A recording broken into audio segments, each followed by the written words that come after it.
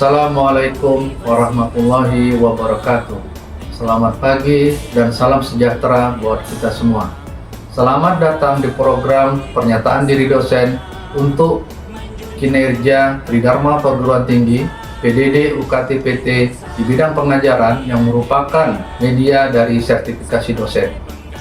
Perkenalkan, nama saya Raffian Syahputra, salah satu dosen di program studi Teknik Mesin Fakultas Teknik Universitas Batam.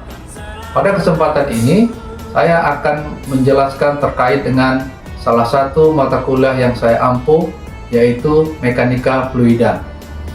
Dalam pelaksanaan pengajaran ini, saya menggunakan metode DIE, Delivery, Interaction, dan Assessment.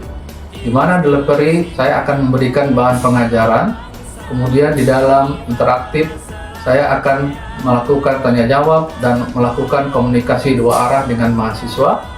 Kemudian pada saat assessment, kita akan melakukan studi kasus dan latihan soal untuk mahasiswa lebih paham terhadap mata kuliah yang dipelajari. Capaian yang diharapkan dari mata kuliah ini yaitu apa yang disebut dengan CPMK. Pertama, yaitu mahasiswa mampu menjelaskan konsep dan teori dasar dari mekanika fluida. Kedua, mahasiswa mampu dan paham mengenai teori-teori mekanika fluida tersebut dan penggunaannya di dalam kehidupan sehari-hari dan industri. Ketiga adalah mahasiswa mampu menganalisa dan mengidentifikasi prinsip kerja dari mesin-mesin fluida dan menggunakannya di dalam pernyataan konsep dasar mekanika fluida yang bekerja dengan mesin-mesin tersebut. Dan terakhir adalah mahasiswa mampu merancang membangun produk sederhana dengan menggunakan konsep dan prinsip dari mekanika fluida. Sub capaian dari CPMK tersebut adalah mahasiswa akan mempelajari tentang konsep dasar mekanika fluida dan sifat-sifat fluida, kemudian mempelajari tentang statika fluida dan dinamika fluida, kemudian akan mempelajari tentang hukum persamaan energi, hukum persamaan gerak Euler, kemudian hukum persamaan Bernoulli. Kemudian akan juga mempelajari tentang aliran kompresibel, teori daya dorong dan daya angkat, dan terakhir akan mempelajari tentang mesin-mesin fluida dan turbo machinery. Mata kuliah ini terdiri dari 3 SKS dengan 18 kali pertemuan mingguan, 1 kali UTS dan 1 kali UAS, kemudian disertai dengan tugas dan kuis pada rencana kegiatan mingguan yang telah ditentukan. Berikut ini adalah situasi video mengajar untuk mata kuliah Mekanika Fluida.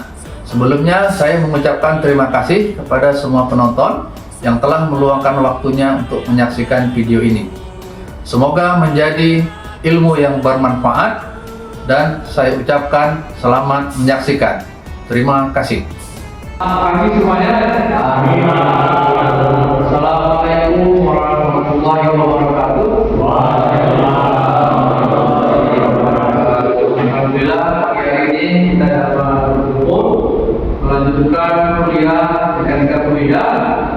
Insyaallah kita akan melanjut ke pertemuan ke-12 yang akan membahas tentang gaya geser dan gaya dorong atau dalam bahasa Inggrisnya nanti. Baik, sebelum kita mulai perkuliahan hari ini, marilah sama-sama kita berdoa semoga diberikan kelancaran dan diberikan kemudahan bagi kita semua, bagi kalian untuk menerima ilmu yang diberikan. Silakan berdoa, guru agama dan kepercayaan masing-masing berdoa mulai. Oke, baik, kita akan mengulang apa yang dipelajari minggu lalu. Silakan dari kalian siapa yang ingin mengulang sedikit apa yang disampaikan. Baik, apa silakan sampaikan. Untuk minggu lalu kita membahas tentang hukum persamaan energi kontinuitas yang memiliki persamaan Q sama dengan A kali V. Ya, baik. Di mana Q itu adalah debit aliran, ya, dengan V adalah kecepatan dari aliran fluida, kemudian A adalah buah penampang di mana fluida tersebut mengalir. Oke, bagus. Selanjutnya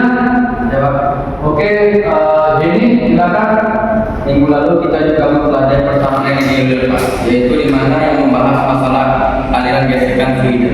Ya, jadi minggu lalu juga kita belajar tentang aliran persamaan energi juga, ya. Dia mempelajari tentang gesekan yang ada di aliran fluida sama dengan adanya ketinggian. Baik, selanjutnya siapa lagi yang ingin menyampaikan? Oke, Jaki. Dua lalu kita juga bahas Bung Bernawi. Bung Bernawi ini menyatakan bahwa ketika kecepatan aliran fluida tinggi, Ya. maka kadar fluida tersebut jadi rendah. Oke, bagus. Ya. Jadi aliran fluida ini juga kita sering gunakan di dalam kehidupan sehari-hari dan sangat bermanfaat. Banyak digunakan di dalam penggunaan alat navigasi penerbangan, ya, sehingga sangat bermanfaat. Jadi kalau kita mengetahui teori tersebut, maka itu akan bermanfaat bagi kita. Ya, baik. Saya kira kita sudah mereview minggu lalu. Semoga apa yang kita pelajari bermanfaat. Mari kita lanjutkan ke pelajaran berikutnya untuk minggu ini mengenai drag dan lift atau daya geser atau daya dorong dan daya angkat dari suatu bejana atau fluida yang akan kita lihat. Baik. Sekarang kita masuk ke pelajaran yang ini, yaitu kita akan mempelajari tentang apa yang dinamakan daya dorong dan daya angkat. Ya, kalian perlu bayangkan kira-kira apa yang menjadi topik pembahasan kita untuk minggu ini.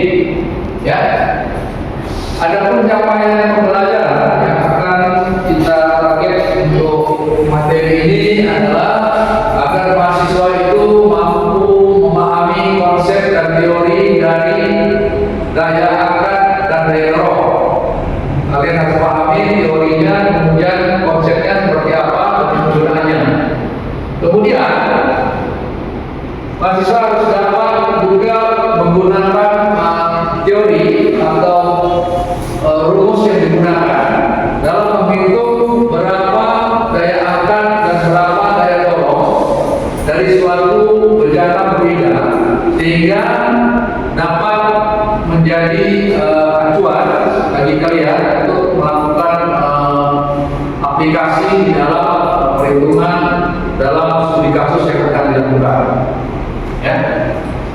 Oke, coba sebutkan kira-kira contoh dalam kehidupan sehari-hari yang berkaitan dengan daya dorong dan daya angkat ini. Coba silakan kanan. Ya, di sini kita perlu mengetahui contoh aplikasi drag dan lift ini dalam kehidupan sehari-hari. Nah, coba kalian kasih contoh wujud nyata dari penggunaan daya dorong atau daya geser dan daya angkat dari fluida ini. Siapa yang bisa menjelaskan atau mengasihkan idenya? Ya. Baik, Pak Janas, yang keras suaranya. Untuk contoh penggunaan daya angkat itu dalam kehidupan sehari-hari bisa kita lihat pada balon udara, Ya. atau juga pada gejek angin, Pak. Oke, karena dia digerakkan oleh fluida dan bentuk udara. Oke, ada lagi contoh yang lain? Ya, sebelum para layang sama terjumpai, Pak. Oh ya, para layang terjumpai dan pesawat terbang. Pesawat terbang itu yang paling jelas dan nyata penggunaannya di dalam kehidupan sehari-hari dan di dalam industri. Karena konsep pesawat terbang itu dia adanya daya dorong, adanya daya angkat, itu disebabkan oleh teori dari drag dan lift tersebut. Baik, oke, sekarang kita lanjutkan ke materi. Jadi kalau kita melihat pada kurva di atas, itu adalah hubungan antara aliran laminer, tersier, dan turbulen, ya, atau transisi. Ya, jadi dia merupakan suatu integral dari suatu permukaan yang bekerja pada permukaan badan pesawat dengan menghitung berapa daya gesernya integral dari tegangan gesernya dikalikan dengan luas permukaan dari badan sayap pesawat. Ya. Jadi yang dihitung berapa integralnya. Sehingga rumus yang bisa digunakan untuk berapa daya angkatnya adalah CD sama dengan gaya yang bekerja untuk menggeser atau mendorong dikalikan setengah dikalikan dengan berat jenis fluida, kemudian kecepatan dikali dengan buat penambang. Ya, itu yang akan menjadi dasar kita dalam perhitungan berapa koefisien gaya dorong atau gaya geser dari permukaan yang bekerja pada sayap pesawat tersebut. Seperti kita ketahui, bilangan Reynolds itu terbagi 3. Ada bilangan Reynolds laminar, kemudian ada peralihan, ada tersien. Ya, kemudian antara 2.300 sampai 4.000 itu dinamakan aliran peralihan. Kemudian apabila bilangan Reynolds-nya di atas 4.000, maka dia disebut sebagai aliran tersien. Ya.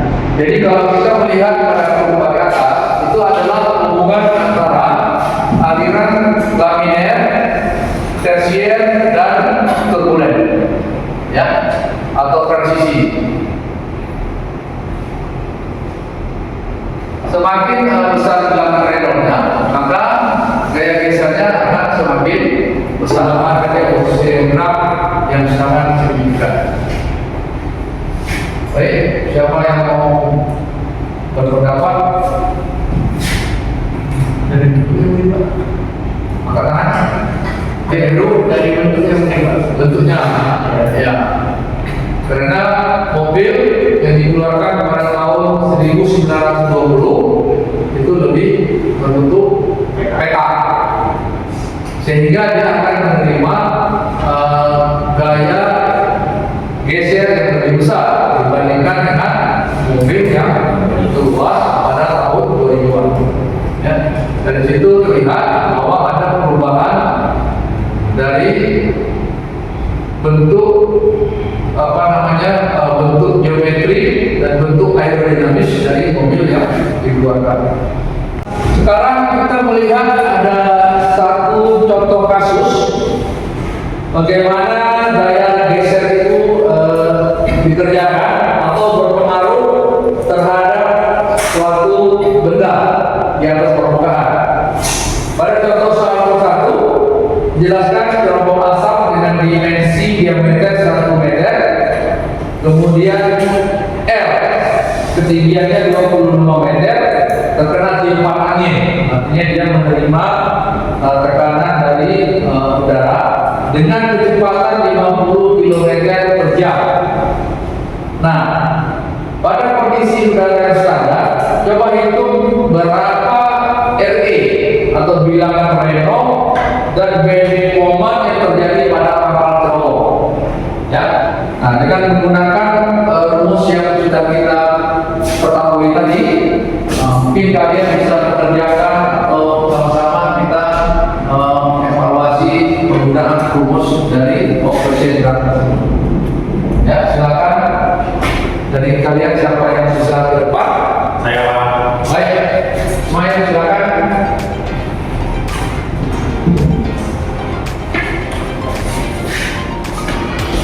Siapa saja? Atau bisa balik ini siapa? Rumusnya dan kelihatan Bapak.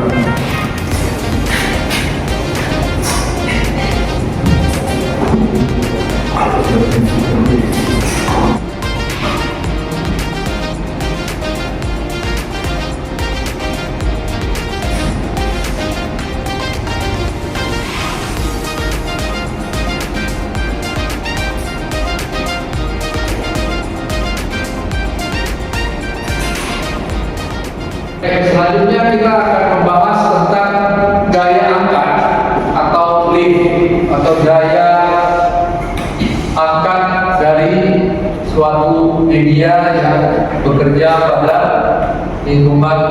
fluida yang bergerak. Oke, contoh yang paling nyata itu adalah pada sayap dari pesawat terbang, di mana rumus CR-nya dia hanya mengganti CD menjadi CR, FR dibagi setengah rho kali V kuadrat dibagi dengan A, sehingga CR ganti saja dengan CR, FR daya dorong daya angkatnya setengah rho V kuadrat kali dengan kelas penambang. Ya, ini untuk persamaan yang digunakan di dalam menghitung daya angkat. Baik, dari sini kira-kira apa yang menyebabkan dari suatu media tersebut bisa terangkat bila dia bergerak di suatu fluida, baik itu air maupun udara. Oke, Pak Ganes. Seperti contoh pada saya pesawat terbang, Pak. Jadi Ya. pesawat itu bisa terangkat karena adanya gesekan antara bodi dari sayap itu dengan udara, sehingga udara itu bisa menimbulkan suatu daya yang mengangkat badan dari pesawat tersebut. Ya. Kemudian yang lain.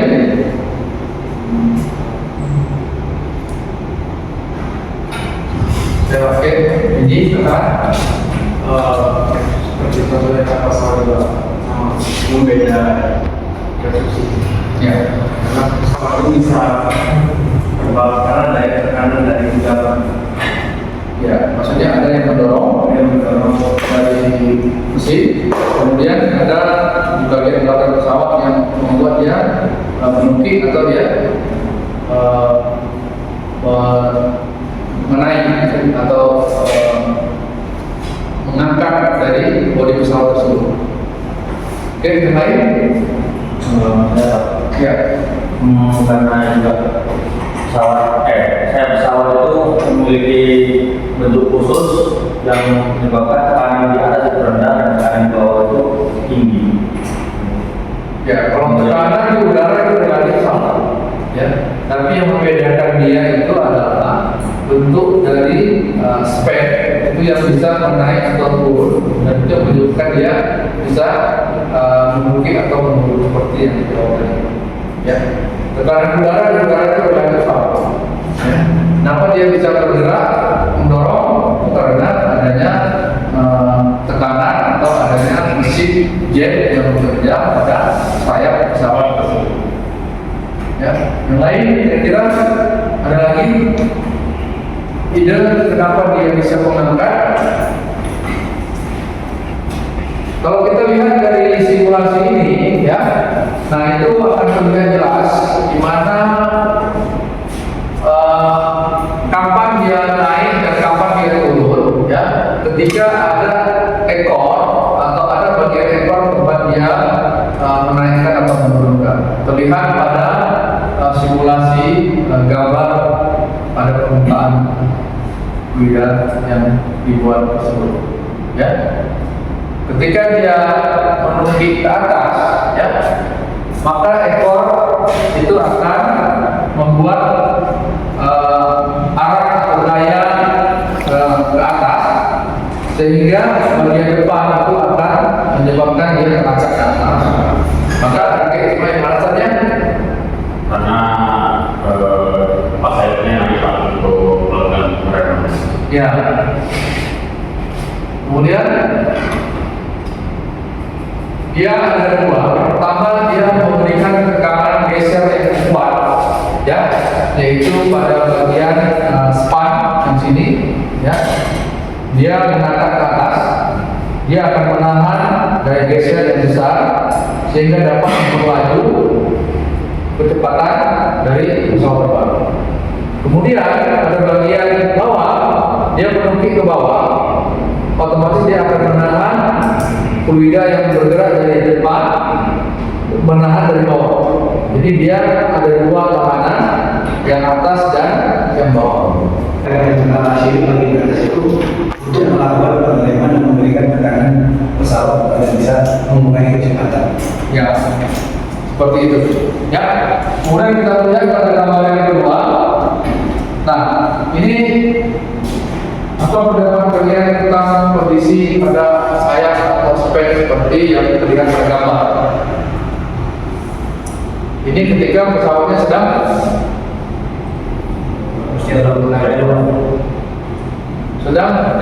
take off, ya. Alasannya? Karena sirip bagian atas itu.